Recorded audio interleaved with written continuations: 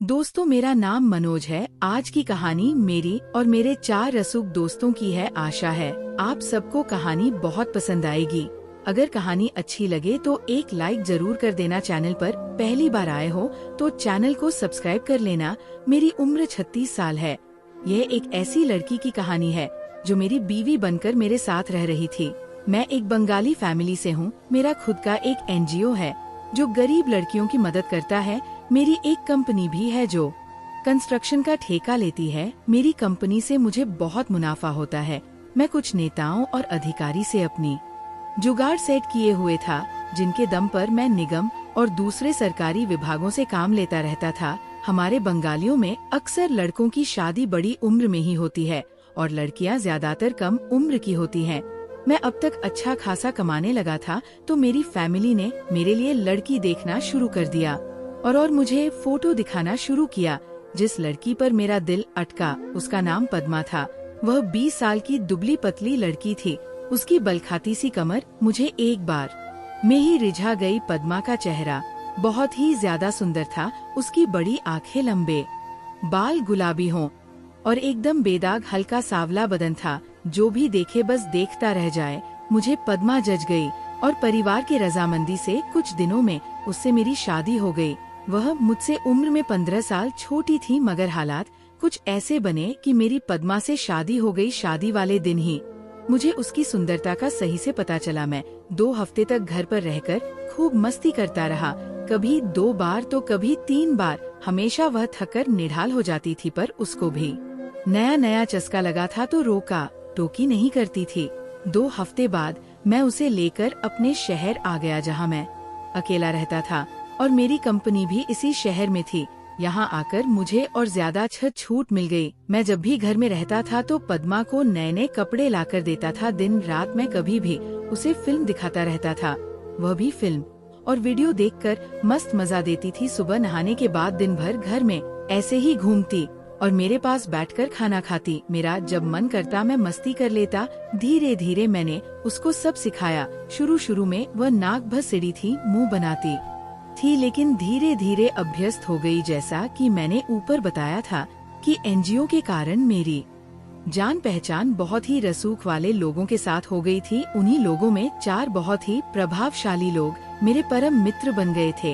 एक हमारे शहर के विधायक महोदय थे, जिनकी उम्र 4546 के आसपास थी। भर से वह बहुत ही भले मानस थे और सबकी मदद करते थे।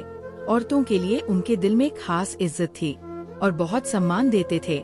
किसी औरत के लिए भद्दी टिप्पणी मैंने आज तक उनके मुंह से नहीं सुनी थी। उनका नाम जगदीश था और मैं उनका बहुत ज्यादा कृपा पात्र था, जिस वजह से मेरा कोई काम रुकता नहीं था। उसी तरह हमारे शहर के नगर आयुक्त महोदय प्रवीण, सचिव महोदय शेखर और नगर निरीक्षक गोपाल जी की मुझसे परम मित्रता थी और उनकी मुझ पर अत्यधिक कृपा थी। चारों की सम्मिलित पहचान के कारण मेरा रुतबा और पकड़ शहर के कई कार्यालयों में था और सब मुझे पहचानते थे। कहीं भी मेरा कोई काम रुकता नहीं था। ना मुझे घूस या रिश्वत देनी पड़ती थी। जगदीश जी से तो बहुत दिनों से मुलाकात नहीं हुई थी और उन सब की व्यस्तता के कारण कोई भी मेरी शादी में आ नहीं पाया था। अक्सर हमारी मुलाकात बार में होती थी, पर प्रोग्राम बनाना पड़ता था। गोपाल जी ने एक दिन कॉल करके कहा, आजा शाम को फलाबार में प्रोग्राम बना है, मिलना है। मैंने पद्मा को कह दिया कि रात में आने में देर हो जाएगी। शाम को 8 बजे मैं बार में पहुंच गया। सब पहले से उपस्थित थे और पीने पिलाने का प्रोग्राम चल रहा था।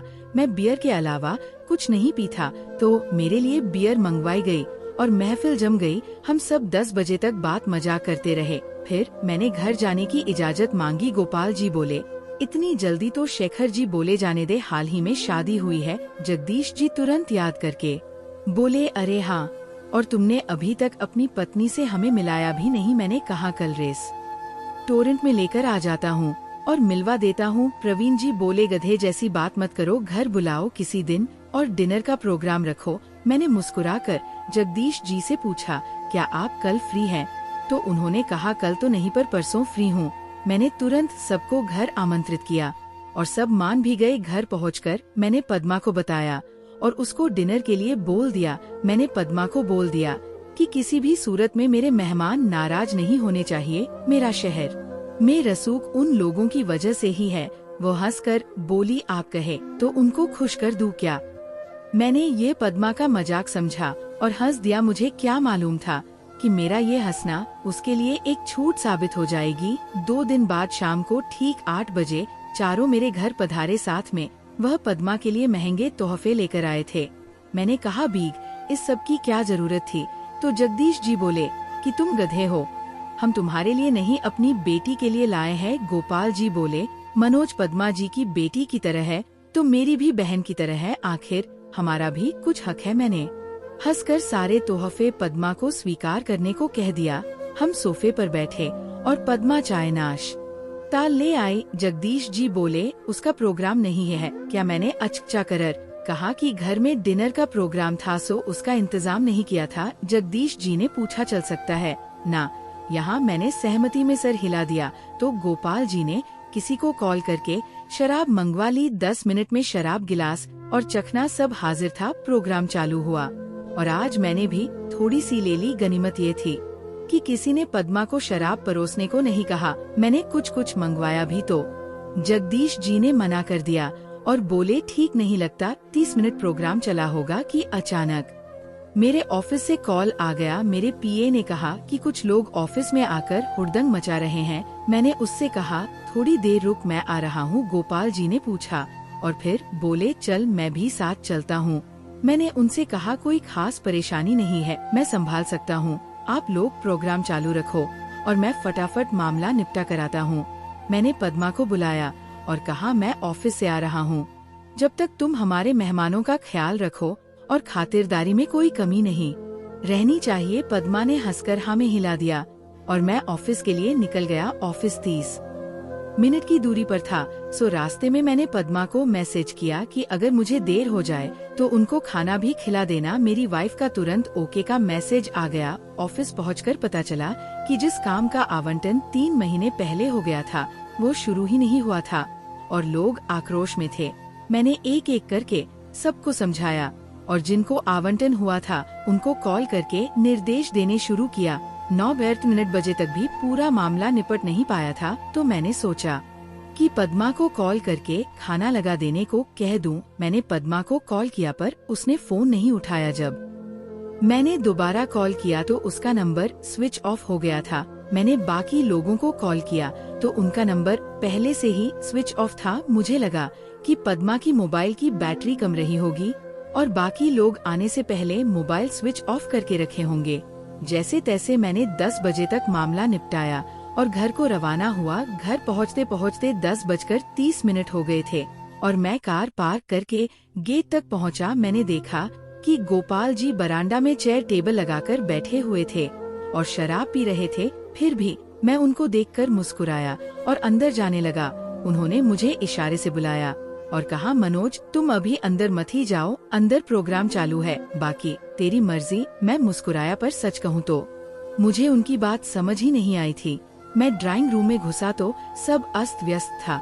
मैंने सोफा पर कपड़े पड़े देखे और मुझे बहुत ही अजीब लगा। मैं आगे बढ़ ही रहा था तो उन कपड़ों के बीच मुझे पद्मा की साड़ी दिखी। मेरा दिल धक धक करने लगा और मैंने कुछ कदम आगे बढ़कर डाइनिंग रूम में झाँका। मुझे काटो तो खून नहीं जैसी स्थिति थी। डाइनिंग टेबल पर पद्मा थी।